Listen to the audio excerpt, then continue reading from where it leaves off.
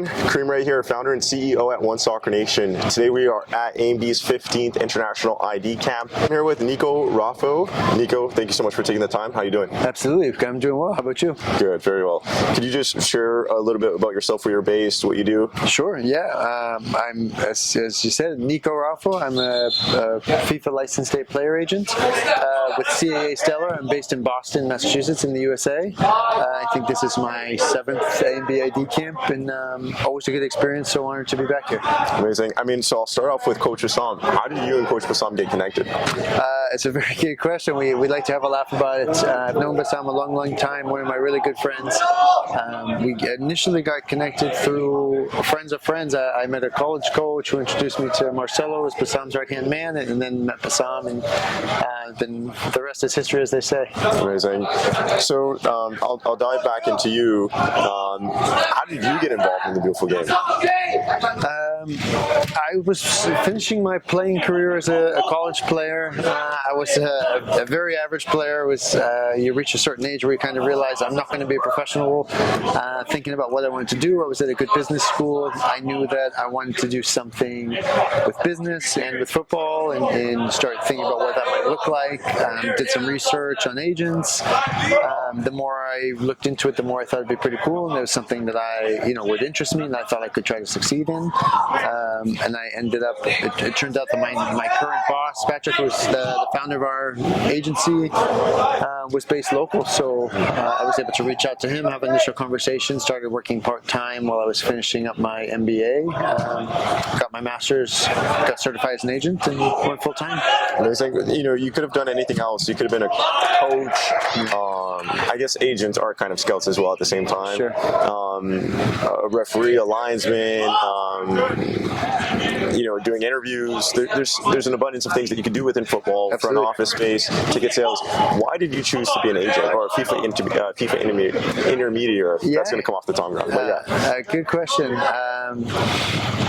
I was actually pretty split between do I want to pursue coaching or do I pursue being an agent. I did a little bit of coaching. I was while I was doing my master's degree, I was our university grad assistant coach, and I was coaching a club team on the side as well. I really enjoyed it, and I thought really hard about pursuing that. I like to work with players and sort of try to impact their careers, and was kind of thinking, what's the best way to make an impact and help guys along the way, and is that coaching or is that the agent side? And in the end, the agent side won out.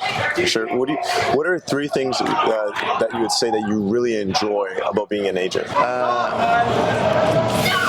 3 things I really enjoy. I guess the overall, the most important thing I think is seeing, helping players to sort of achieve their dream and take the next step. I think when you see the work that they put in and the work that you've put in to help them along the way, I think that's the most rewarding part. So that's far and away number 1. I would say number 2 is players signing their first contract. I think it's the dream for so many young players, boys and girls. It was my dream as well, to be a pro, and I think for guys, for players, when they sign that first one to really reach that milestone, you've seen kind of the look on their face is pretty special. And the third, I guess, is I've been able to see quite a few matches, going to matches, seeing big games, seeing national team games, seeing championship games. I love football of all kinds, so it's always enjoyable. What do you like to sit? Box seats with the fans, standing up, sitting down? I probably generally try to sit midfield, low, and I don't want to be so high up, but I don't want to be front row either. Yeah. If I can be mid row, get a sort of a proper view of the whole pitch and be able to watch the whole match. Right. That's for me. It's usually number 1. Nice. Could you mention how many players you have signed with you guys, and mention their names as well, please? Yeah, we as a company have the agency I work for, CAA Stellar, is global and is has a big presence in all of the major leagues across Europe. I work in Boston primarily with our North American players. I have about 24, 25 players signed that I work with. Some of the bigger guys, Julian Gressel is a player who's played for the U.S. national team, plays in Inter Miami. Certainly we're up here in Canada. Jacob Schaffelberg is flying right now for Canada national team and having a good Copa America. So he's a guy getting some notice at the moment. Yeah, I know we're actually together Friday. Coach Bassam himself watching the game. Canada won, so let's go Canada For sure. We want them to win, fingers crossed, and the 2026 World Cup. But how do you feel about the progression of Canadian soccer? I know you're an American based out of Boston, but what are your thoughts on Canada? I've spent a lot of time in Canada, particularly in the GTA, so I know the market fairly well. I could not be more bullish on young Canadian talent. I think it's a whole wave of young players coming through that I think is lifting the level of everything. I think continuing to get better and better. I guess there are some questions maybe about the infrastructure in place and the organization at the higher levels, and that will be something that would need to get sorted out probably to get Canadian soccer truly to the next level. But I think the talent is there and it's coming. There's already this level of talent there, but this level of talent is coming. So I couldn't be really more excited about the future. I agree. I grew up in the 2000s. I'm currently 24, and I always reflecting back when we were growing up. We didn't have a professional league to look up to. It was until 2019, which I was 19 at the time. I had to choose between either going to France or the CPL tryouts, and Sure. I ended up choosing going to France because I'm thinking a developed league. But as a player, you're not thinking about, okay, I only hold a Canadian passport. I'm going to need a visa. How much money is it going to cost? How hard is it going to take to get a work visa or a student visa? How much money is it going to cost, etc., etc. And I don't think these are things that players think about until they get that opportunity, so on and so forth. But I think the CPL, it's so exciting for Canadian players now that are growing up, have a league to look up to, and they could stay in their backyard and go pro. Super exciting. Yeah, I couldn't agree with you more, Kareem. I think it's important for young players to have that kind of visibility, right? Yeah. And I think when players of your age coming up, there's no local league to look up to. You have MLS, but it's not always. It's some Canadian teams, but it's mostly an American league, right? So you're mostly looking at players in Europe that are your footballing heroes, so to speak, and players that you want to emulate. And I think it'd be different for the next generation that they have local people, they have Canadians, players that they can see up close, can go to matches. And if you look up to those kind of players, I think that'd be good for the country. 100%. I'm curious to know a little bit about. Could you share a little bit with us behind the scenes? What does the blueprint of the work that you do look like? That I don't know of, or that people don't know of, that you do? Like, what goes into your work? It's a good question. I would try to give a generic answer. I mean, generally speaking, my work revolves around sort of watching, scouting, identifying, recruiting players, right, that I would start working with as their agents, and to a representation contract and begin working together. And then from there, it's everything involved with managing the player's career, which I think the first and most important thing, and probably the number one thing most people think about when they think about an agent is helping to negotiate a contract with a professional club. And that certainly is always going to be the main part of it, but it's never just that. It's managing the rest of the career. It's kind of planning, sort of planning the next steps and what the career prognosis is going to look like. It's handling anything that comes up off the field, and really anything that goes into helping our clients be successful, which it makes every day a little bit different. Mm-hmm. You guys used to be independent. It was just you and your partner at the time. Could you mention the year that you guys ended up transitioning? I'm not too sure if it's the right word to use as partnership or become part of CA Stellar, CA Stellar. But I wanted to know what your team looked like from the legal aspect to marketing and to the transition now. Did you guys bring those people that you guys were working with before, or are you guys working with only Stellar's people in regards to legal aspect and marketing? In the past it was when we were independent agency, there was 4 of us working together, and we didn't have anybody who was specifically aligned to marketing or legal or any of this and that. It was we sort of had the 4 of us who were all working as agents and all all kind of handling some of that stuff, and in doing at the time thought we were doing it quite well. I think becoming part of Stellar, then I think you see how difficult that truly is to do on your own, and maybe some of the shortcomings that we didn't necessarily realize we had in the past. And now VSCA have sort of dedicated personnel for every area that you can think of that our clients would need, whether it's marketing stuff, social media stuff, legal stuff, relocation stuff, you name it. We've got people sort of with that as their primary responsibility. Amazing. I mean, to be able to delegate helps tremendously, creates more time for you to focus on what you want to focus on. Yeah, no question. And I think the players feel like they have the whole team sort of around them supporting them. What would you say is the most difficult obstacle that you've come across in your career to date that you'd like to share? A good question. I would say is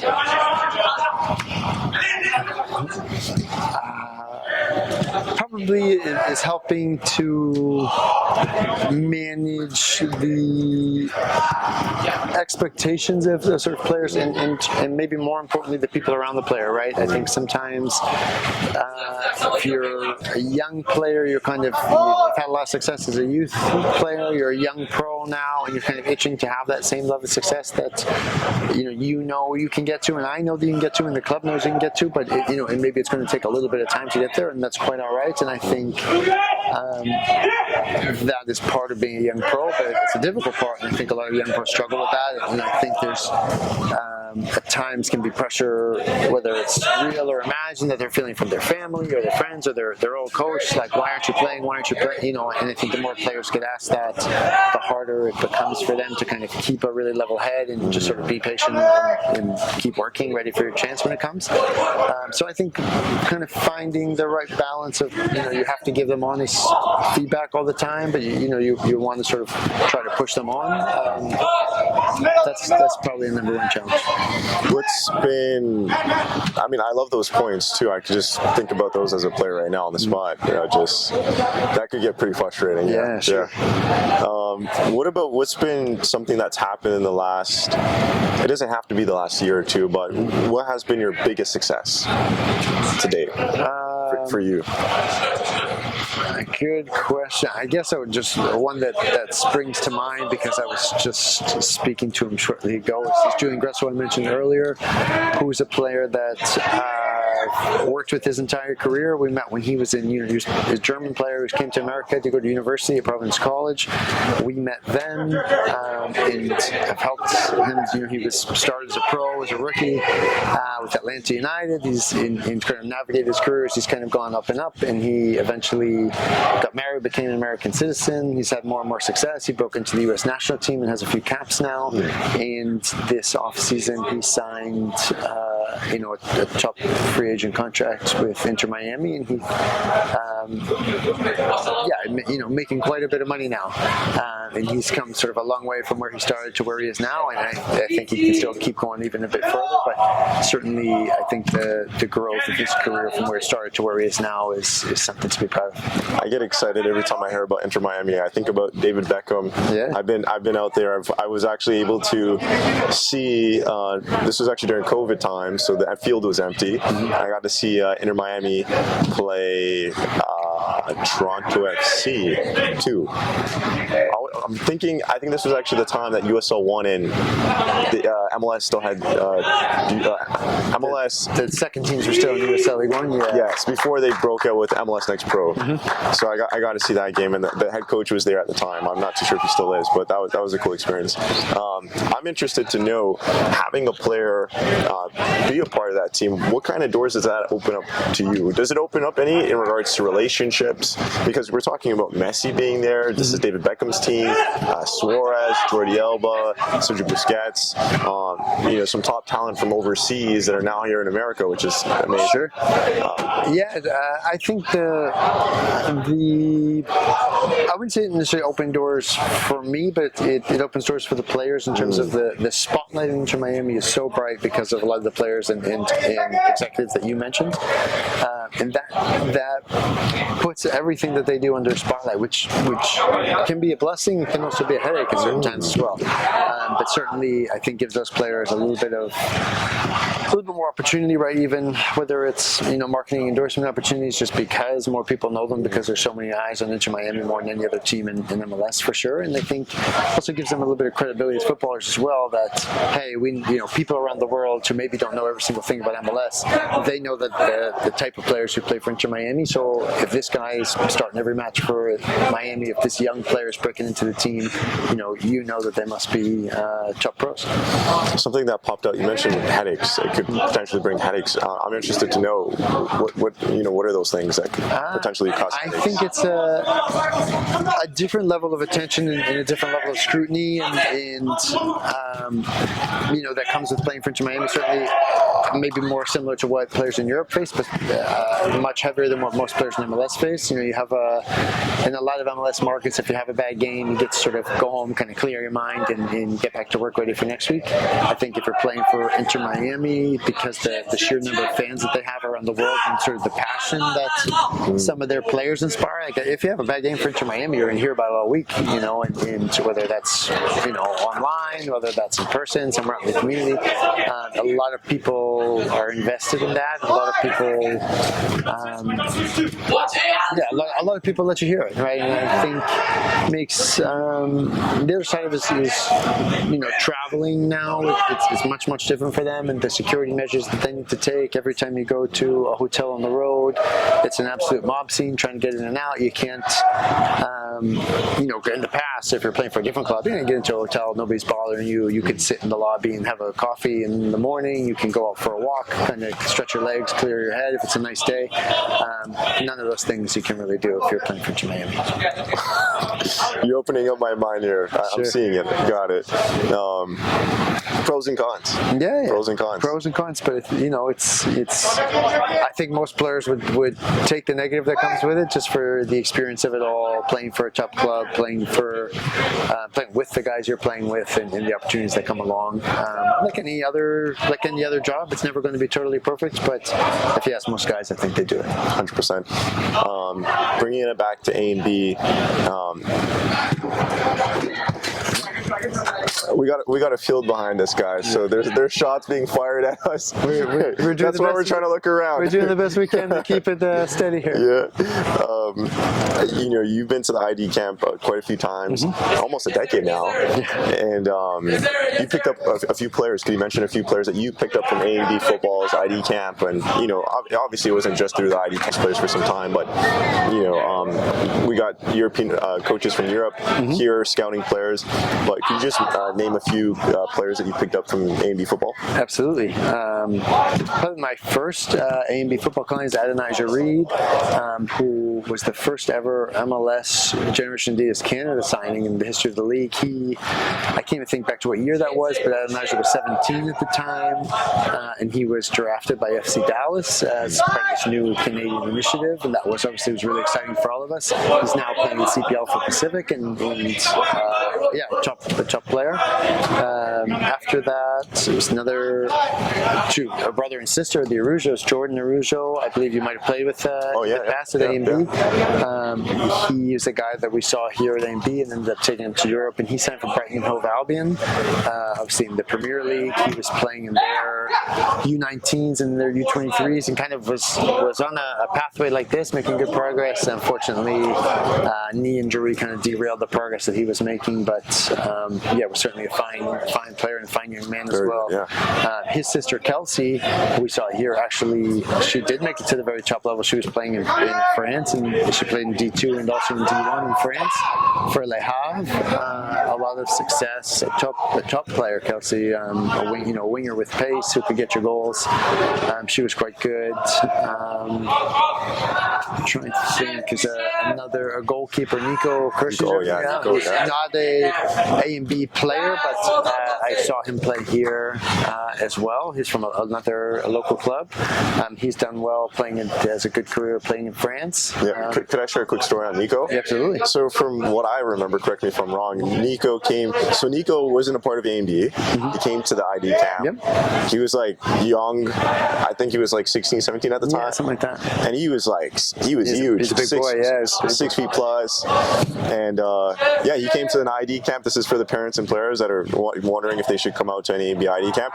He came out to one ANB camp, got scouted, became a professional footballer in France. Yeah. It all happened quite fast for him. He did great, and there's been multiple other players that I can think of who we saw here, whether it's from ANB, some from outside ANB, who have really impressed, and that's led to trials and different opportunities in Europe that for one reason or another hasn't always stuck or worked out in the longer term. But certainly, I think guys who've come to ANB ID camp have had a lot of doors open for them. Point of contacts for clubs. Who are the main point of contacts that you guys work with in regards to negotiating contracts? Typically front office personnel, whether that's a technical director or general manager or sporting director, something along those lines.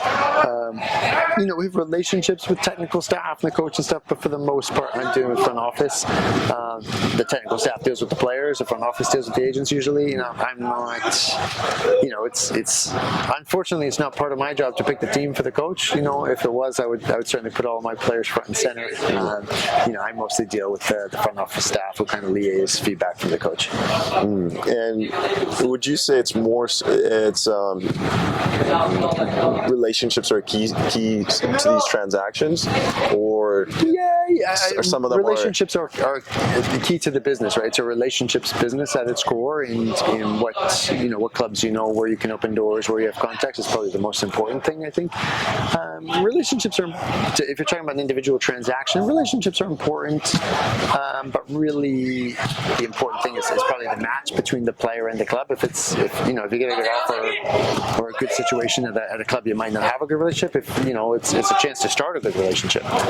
And I think if you're, as an agent, if you're doing your job properly, part and parcel of that is sometimes you're going to have pretty strong disagreements with clubs.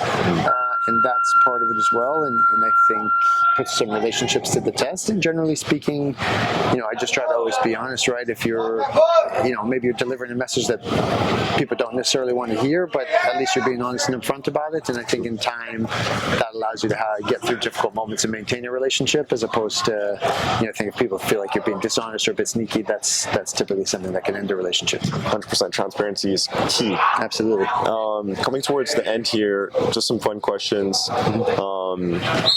Before we dive into the fun ones, I want to ask, would you recommend parents to bring their players or players to come out to the ID camp, ANB Futbol ID camp? Yeah, without hesitation, absolutely. I think it's something that's pretty unique in Canada, but I think probably also for the US, right? That you can come somewhere local and have the exposure to certainly the caliber and the quality of the coaches who, or some really high level guys here who've worked with some top players in Europe. I think that's sort of unmatched anywhere else. Amazing. Some fun questions to end off lightheartedly. Who do you want to win Copa America? Canada. Easy. Canada. The US is out, so I'm all in on Canada. All bets on Canada. And what about Euros? Who do you want to win the Euros? Well, Italy's out in the Euros, so I don't have a really good answer for that. I'm hoping for some good football. I think that the knockout match has been pretty tense, and both sides usually playing pretty conservative. So I'm going to root for an early goal in the remaining games just to open the game up and let's see some attacking football. Some score predictions. England versus Netherlands. What do you do if you do predictions? England, Netherlands. Let's say 1-0 England. Okay. And what about Spain versus who are they playing? France. Spain versus France. Spain, France. I think should be quite a game. I'm going to say 2-2 Spain. 2-1 Spain. Okay, so in England, Spain finals, who are you going for? Spain 2-0. Okay. They were looking good. I was actually just watching the game, Spain versus Germany. You mentioned Inter Miami. What are your thoughts on Messi? You know, he's played in Spain for quite a while. He went to France for PSG, and then after that, he's come to America, where you're from, and he's playing for Inter Miami. A whole bunch of other players, great top players that I've mentioned before. But what are your, everyone's seeing the Messi effect, but I want to know, what are your personal thoughts on Messi being in the MLS? I suspect for Messi, he's had quite a glittering career. He's achieved nearly every single thing there is to achieve, except for MLS Cup. It's a glaring hole in his resume, so I'm sure he's waiting to check the last box. But on a more serious note, I think it's fantastic for the league as a whole. I think it's fantastic for soccer in North America. I think it's fantastic for other players in the league, because he's raising the level, right? His presence attracts eyeballs, attracts sponsors, attracts dollars, attracts other top players, and it's just sort of raising the level of the whole league. I think MLS continues to make really good strides. Certainly plenty of room to grow, but making good strides, and I think he's had a big impact on that.